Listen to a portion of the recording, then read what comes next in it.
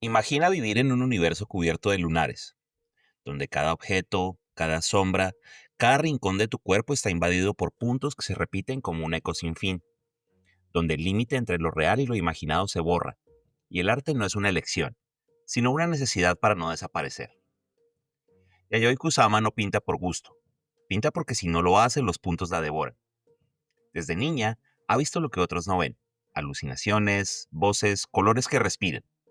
Un mundo donde las flores le hablaban y las paredes se convertían en paisajes vivos. Un mundo tan intenso que el suyo propio, el real, se volvió intolerable. El arte fue su salvavidas, la obsesión, su idioma. En una cultura que castiga lo diferente, Kusama desafió todo. La tradición japonesa, el machismo del mundo del arte, el racismo en Estados Unidos y hasta la lógica misma.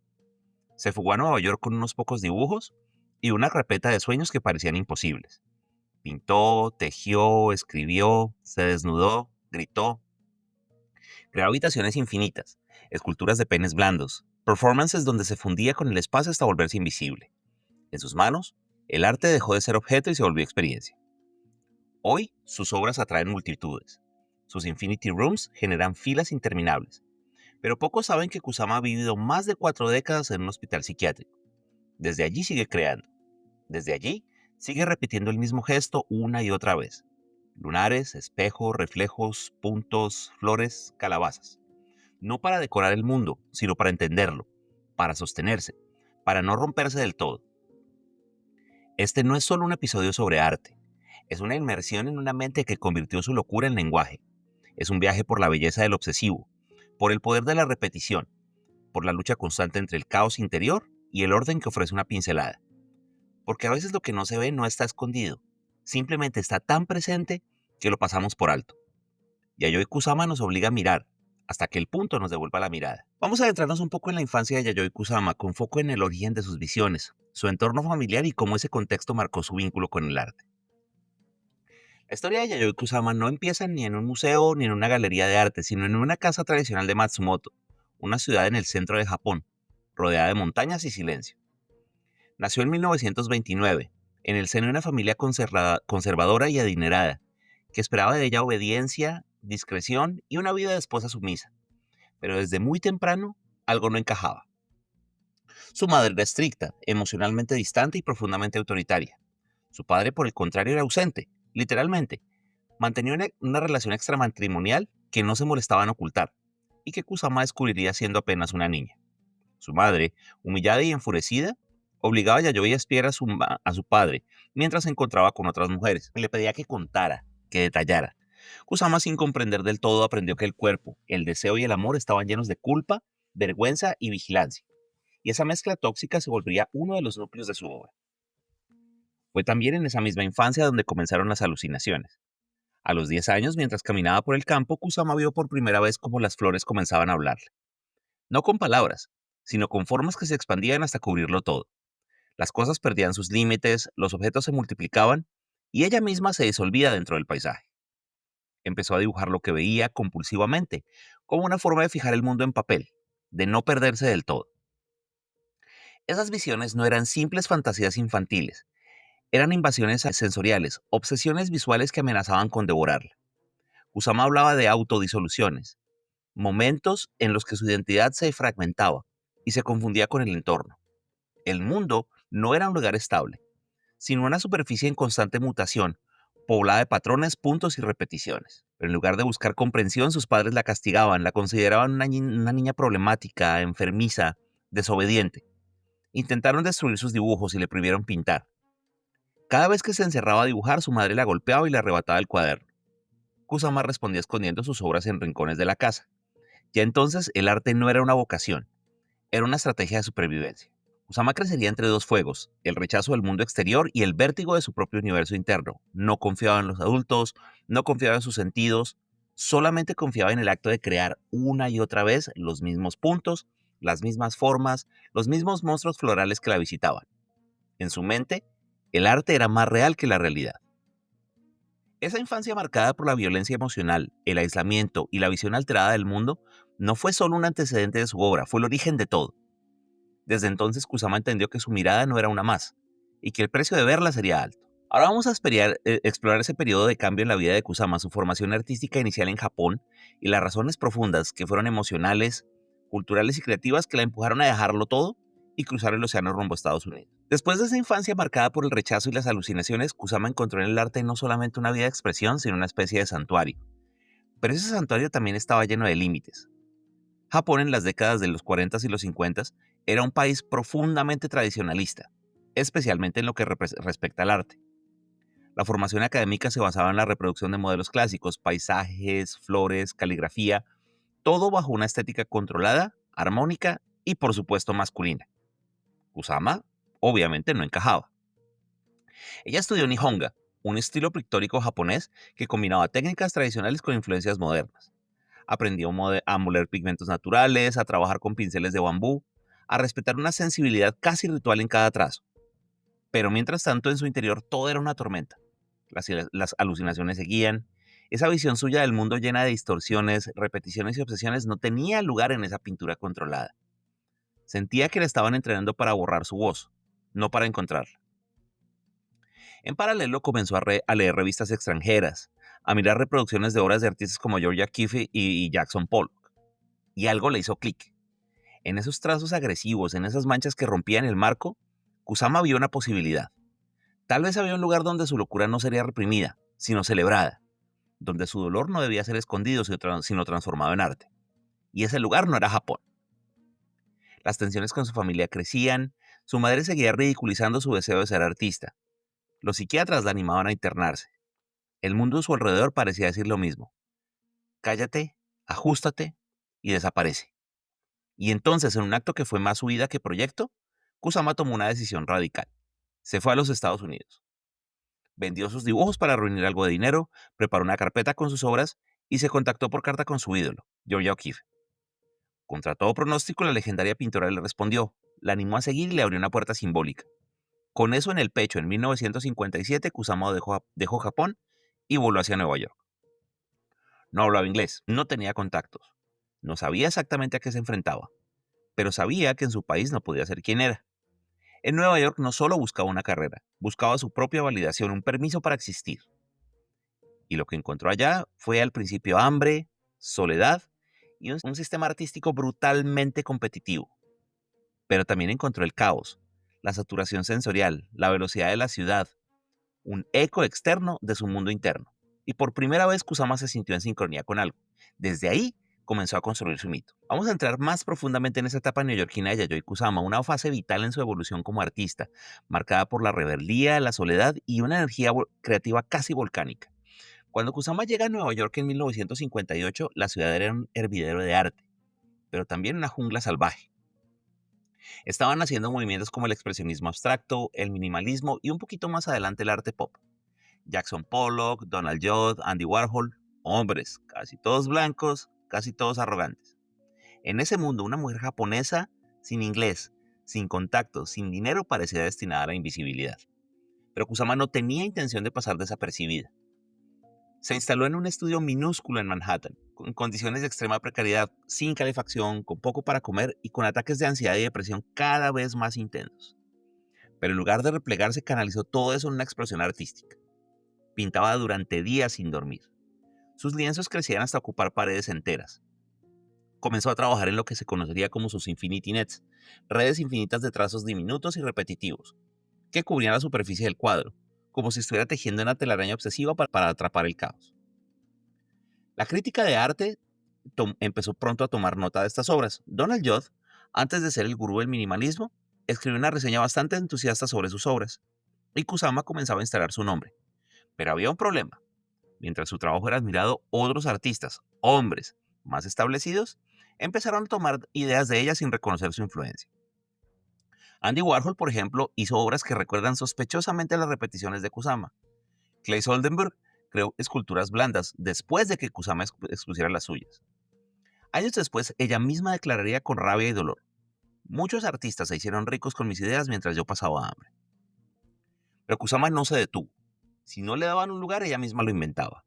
Organizó happenings en Central Park y en la Bolsa de Nueva York, donde decenas de personas se desnudaban y se pintaban el cuerpo con lunares. Cubría estatuas con telas, espejos, peines de tela, flores gigantes. Hacía desfiles psicodélicos, proclamaba el amor libre y usaba su cuerpo como manifiesto artístico. En plena guerra de Vietnam, escribía cartas públicas a Nixon ofreciéndole tener sexo con él a cambio de la paz. Era escandalosa, era divertida, era política y era poética a la vez. El arte como performance, el cuerpo como lienzo, el espacio como instalación. Pero esa intensidad tenía un precio. El ritmo de Nueva York, la falta de reconocimiento real y su salud mental tan frágil la fueron desgastando.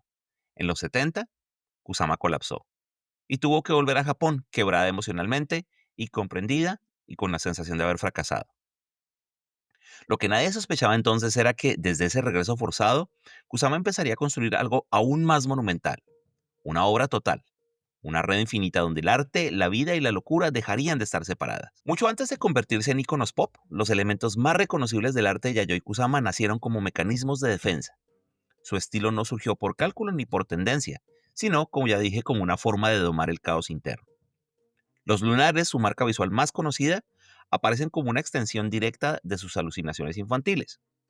Para Kusama, los puntos no son simples decoraciones, son células, constelaciones, átomos, agujeros negros, son sobre todo símbolos de disolución. Cada punto es una forma de perderse, de desaparecer, de romper los límites entre el yo y el entorno. Y ella misma lo decía con precisión. Nuestro cuerpo es un punto entre millones de otros puntos. Pintar lunares es su manera de cartografiar lo inabarcable, de convertirlo en visible en patrón, de ocupar el espacio sin invadirlo. Los espejos, por su parte, nacen de otra necesidad, la de multiplicar, reflejar, perder la noción de centro. En sus obras el espejo no refleja una imagen, sino que la disuelve en infinitas copias. Es una ilusión de expansión, pero también es una forma de cuestionar la noción de identidad. ¿Cuál de todas esas versiones soy yo? Y si ninguna lo es, este uso del espejo como herramienta artística la llevó a crear sus famosas Infinity Mirror Rooms, donde el espectador queda atrapado en un bucle visual sin fin. En estas habitaciones el espectador deja de ser observador para convertirse en parte de la obra. Se borra la línea entre el adentro y el afuera. Lo que queda es la sensación pura de inmensidad y a la vez de insignificancia.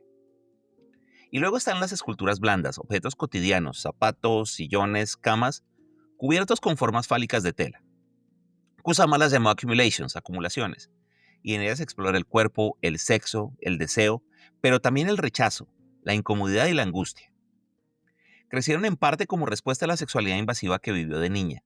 Tener que espiar a su padre mientras era infiel, la vigilancia de su madre, la violencia con la que se le impuso una imagen del cuerpo femenino como pasivo y disponible. Sus esculturas no son eróticas, son inquietantes y hablan de un sexo no deseado, de un cuerpo que quiere despojarse del cuerpo.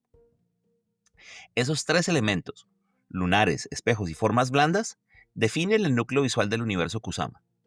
Pero lo más notable es que no son simples símbolos, son sistemas de pensamiento, estrategias para procesar lo inabalcable. Con ellos, Kusama construyó una gramática que le permitió decir lo indecible, un estilo que no decora, sino que revela, que no busca gustar, sino existir. En el torbellino de la escena artística neoyorquina de los 60, Yayoi Kusama no solo luchaba contra su salud mental o con la pobreza, luchaba también con algo más sutil, más cruel, más desgastante, la apropiación invisible. A su alrededor el mundo del arte era un juego de hombres, hombres que se conocían entre sí, que se recomendaban entre sí, que firmaban unos a otros. Y ella, una mujer japonesa, extranjera, obsesiva, que no hablaba inglés con fluidez, era una intrusa en ese tablero. Pero su arte era imposible de ignorar. Desde los 50 que había empezado a pintar sus Infinity Nets, esas obras no eran decorativas, eran muy viscerales, eran su forma de no colapsar. Como ya había mencionado, unos años más tarde, Andy Warhol comenzaría a desarrollar sus series de repetición serigráfica, donde las imágenes como las latas de sopa Campbell o los retratos de Marilyn Monroe se replicaban como si fueran productos de supermercado. Yayoi Kusama lo notó. No era solamente una coincidencia estética porque Warhol conocía su obra. Había asistido a sus muestras. Circulaban en los mismos ambientes. Ella estaba convencida de que él y otros artistas como Claes Oldenburg o Lucas Samaras habían tomado ideas de su trabajo sin reconocerlo. Más aún, mientras ella hacía esculturas blandas cubiertas de formas fálicas como parte de su proceso catártico, ellos las hacían como experimentos formales. Mientras ella se desnudaba en Central Park para denunciar la guerra y liberar el cuerpo, ellos hacían happenings celebrados por la crítica. Ella era vista como excéntrica, y ellos como genios. Décadas después, Kusama hablaría abiertamente del tema. Warhol tomó muchas cosas de mí, pero yo era una mujer inmigrante, sin poder, no podía hacer nada. Esa herida no solamente fue personal, fue estructural. y se convirtió en uno de los grandes silencios del arte contemporáneo. ¿Cuántas mujeres, cuántos artistas racializados, cuántos cuerpos que no encajaban en el sistema fueron borrados, fueron minimizados o fueron directamente saqueados por otros más visibles? Kusama no denunció públicamente, no se enfrentó, no se vengó. Hizo algo aún más profundo. Siguió pintando y siguió repitiendo. Convirtió ese borramiento en una afirmación. Cada punto, cada red, cada espejo fue su forma de decir, aún estoy aquí. Y hoy el tiempo le ha dado la razón. Kusama ya no es una nota al pie. Su obra ya no es una rareza. Su lenguaje, antes marginal, ahora estructura museos.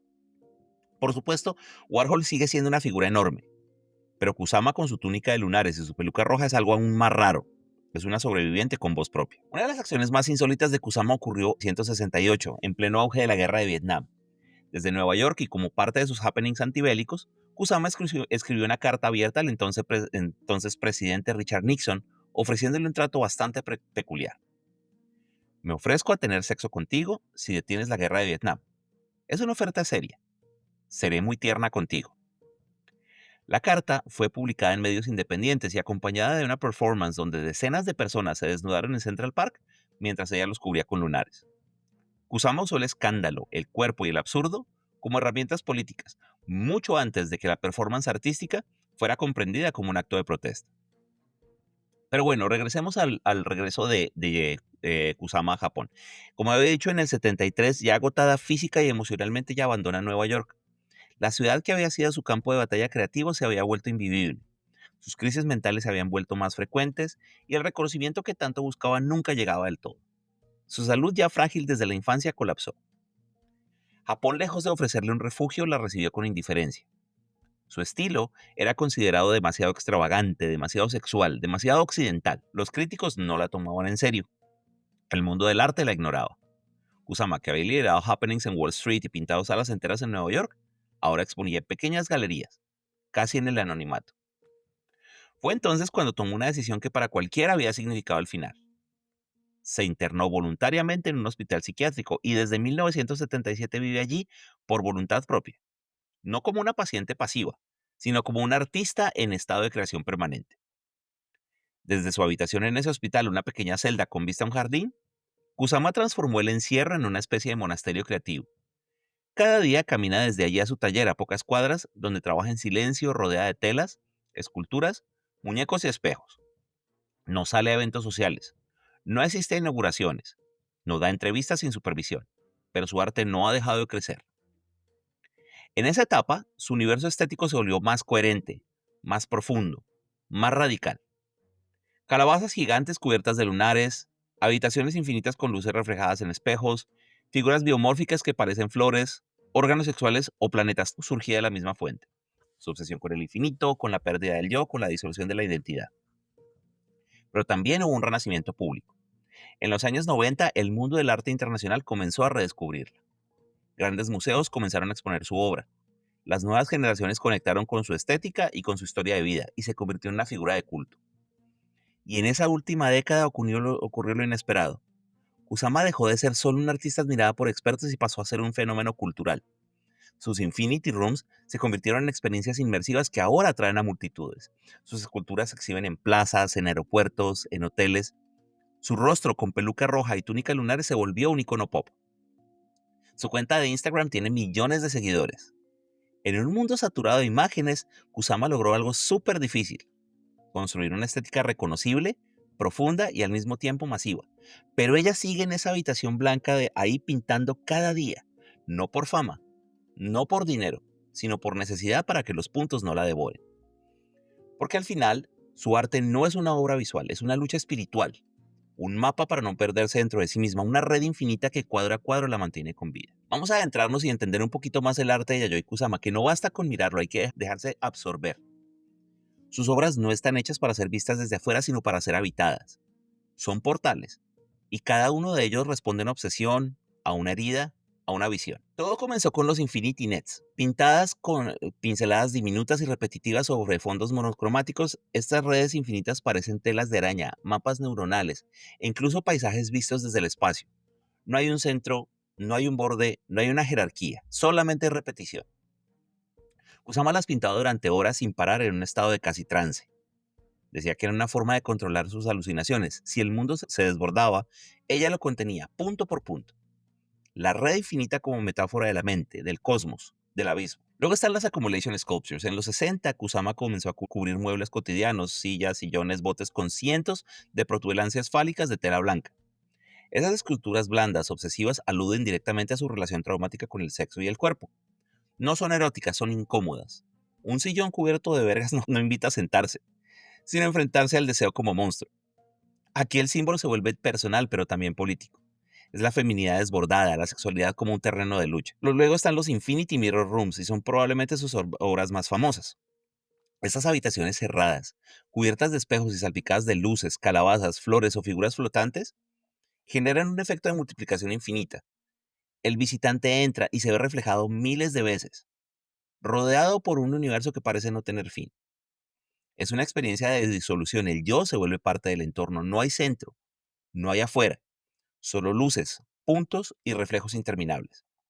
Kusama lo resume así: pierdo mis límites, me convierto en el entorno, me convierto en parte del universo. No habíamos mencionado las calabazas, que son uno de los símbolos más recurrentes en su obra y empiezan a aparecer desde los 40 inclusive. Han evolucionado hasta convertirse en esculturas gigantes, hechas de fibra de vidrio, con colores vibrantes y, por supuesto, cubiertas de lunares. Para Kusama la calabaza es una figura de consuelo. Simboliza lo humilde, lo imperfecto, lo orgánico. Dice que le recuerda a la granja de sus abuelos y que son en medio del caos una presencia cálida. En su universo visual son una pausa tierna entre el vértigo de los puntos y la infinitud de los espejos. En las obras que ella llama Obliteration Rooms o Dots Obsession, ella lleva su lenguaje visual al extremo. Son salas blancas donde los visitantes pueden pegar puntos de colores sobre paredes, sobre muebles, sobre objetos e invitan a participar en la anulación del espacio. Esas habitaciones transforman lo concreto en patrón, lo sólido en vacío. Aquí ya el punto no es una unidad visual, sino una especie de gesto de desaparición. Todo lo que es nombrable se diluye y lo que queda es la sensación pura. Esos símbolos de Kusama, el punto, el espejo, la repetición, la calabaza, no son adornos, son lenguajes. Y con ellos construyó una cosmovisión donde la identidad es frágil, el cuerpo es inestable y el infinito siempre está al alcance, si uno se atreve a mirar sin pestañear. En su arte no hay resolución, no hay moraleja, solo hay un susurro constante que repite como los puntos en sus cuadros. No está sola, no está sola, no está sola. Yayoi Kusama no solo dejó huella en el arte por su estilo inconfundible.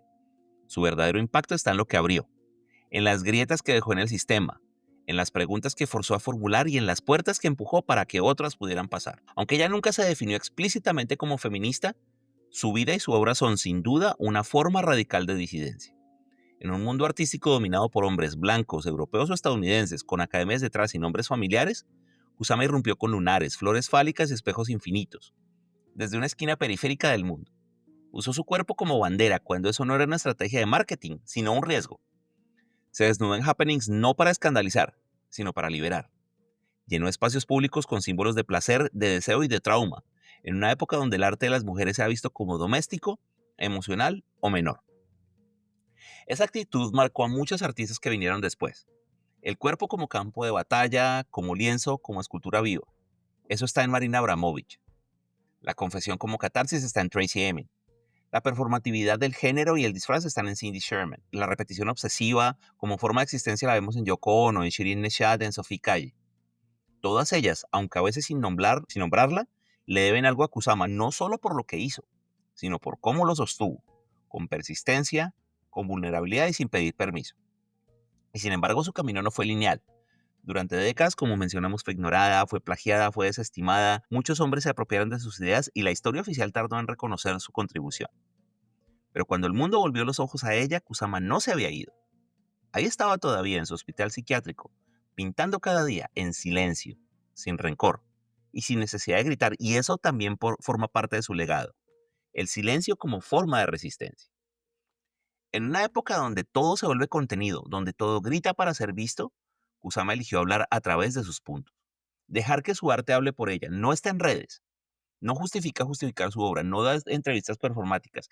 Ella pinta una calabaza a la vez, un espejo a la vez, un punto más. Y sin embargo, su influencia está en todas partes. En las colaboraciones con marcas de lujo como Louis Vuitton. En las filas interminables para entrar a sus Infinity Rooms. En los hashtags con su nombre.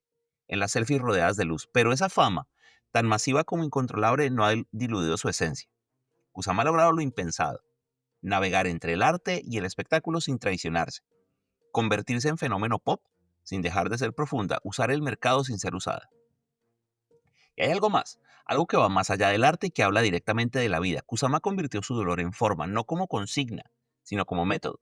Vivimos tiempos en los que hablar de salud mental ya no es tabú, pero sigue siendo difícil. Hay quienes sufren en silencio, quienes no encuentran lenguaje, quienes no saben cómo sobrevivir el vértigo interior. Kusama ofrece una alternativa: no negar el caos, sino traducirlo.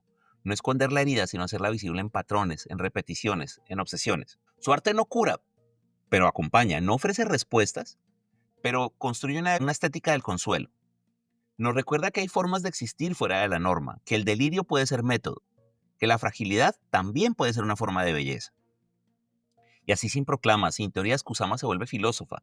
Nos invita a preguntarnos quiénes somos cuando nos miramos en un espejo que no devuelve nuestra imagen, sino 100.000 reflejos.